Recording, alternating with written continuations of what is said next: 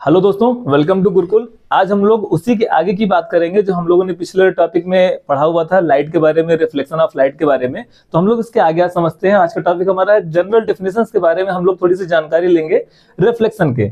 जैसा कि आप सभी लोग यहाँ पे देख रहे हैं, ये मैंने एक सरफेस बनाया हुआ है जो कि पॉलिश्ड सरफेस है, या फिर आप ये भी जानते होंगे अगर सिल्वर सरफेस भी कर देते हैं जिसमें हम लोग मिरर वगैरह भी देखते हैं तो भी वो होता है।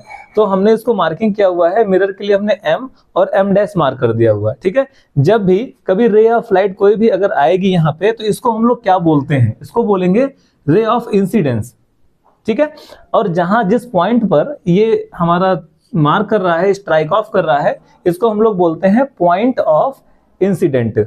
और ये जैसे ही यहाँ पे स्ट्राइक ऑफ करने के बाद में वापस रिटर्न जहां पे होती है, इसे हम लोग बोलते हैं, एक तो यहाँ पे एंगल बन रहा है और दूसरा इसको रे का नाम देते हैं। तो जो रे का नाम देंगे हम लोग, यहाँ पे हम लोग बोलेंगे रिफ्लेक्टेड रे, और इसको जो बोलेंगे इसको बोलेंगे इंसिडेंट रे। इंसिडेंट रे दोस्तों, जब ये इंसिडेंट हो रहा है तो कोई ना कोई ये एंगल बना रहा होगा हमारे एक बिल्कुल परपेंडिकुलर से। अगर इस परपेंडिकुलर की बात करूं तो बताना चाहूंगा, जो मैं परपेंडिकुलर बोल रहा हूं और एक नॉर्मल बोल रहा हूं। दोस्तों अगर नॉर्मल की बात करें, जैसे मान लीजिए ये एक सरफेस है, ठीक है, इस सरफेस पे अगर हम बात करें तो ये हमारा अगर नॉर्मल माने तो नॉर्मल क्या होता है, अगर जैसे जैसे हम लोग का सरफेस घूमेगा वैसे वैसे नॉर्मल भी मूव करता जाएगा और ये 90 डिग्री पर ही रहेगा। लेकिन अगर हम जब भी बात करते हैं, इससे मैथ में हम लोग देखते हैं परपेंडिकुलर के बारे में, तो परपेंडिकुलर अगर हम कहते हैं ये है और अगर हमारा सरफेस मूव कर रहा है तो हमारा परपेंडिकुलर सेम रहेगा। ये एक बेसिक डिफरेंस होता है हमारा परपेंडिकुलर में और एक नॉर्मल में।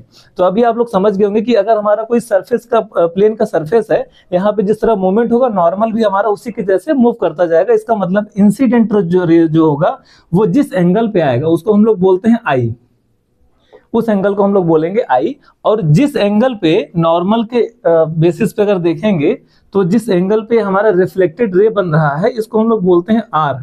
आर डिनोट इसलिए करते हैं क्योंकि वो आर का मतलब ही हो गया रिफ्लेक्टेड रे, और आई इसलिए बोलते हैं क्योंकि वो एंगल ऑफ इंसिडेंस से आई वर्ड से स्टार्ट होता है।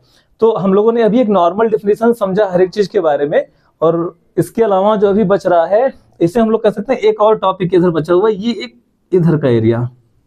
तो आप लोग जैसा जानते हैं कि अगर मैं इस पूरे एरिया की बात करूं या इस पूरे प्लेन की बात करूं तो यहाँ पे रे इंसिडेंट हो रही है, तो इसको हम लोग बोल सकते हैं इंसिडेंट प्लेन।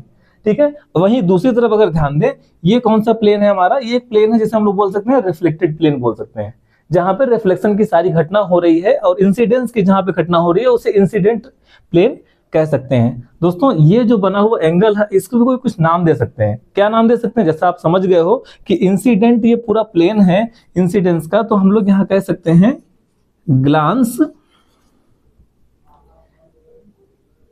एंगल, ग्लांस बोल देते हैं इसको, सॉरी इसको हटाते हैं, लिखते हैं glance angle, glance angle of incident बोलते हैं इसको। और जो दूसरी तरफ में होगा जहां पे हमारे रिफ्लेक्टेड का प्लेन है, रिफ्लेक्शन का प्लेन है, इसको हम लोग बोल देंगे ग्लांस एंगल ऑफ रिफ्लेक्शन बोल देंगे इसको।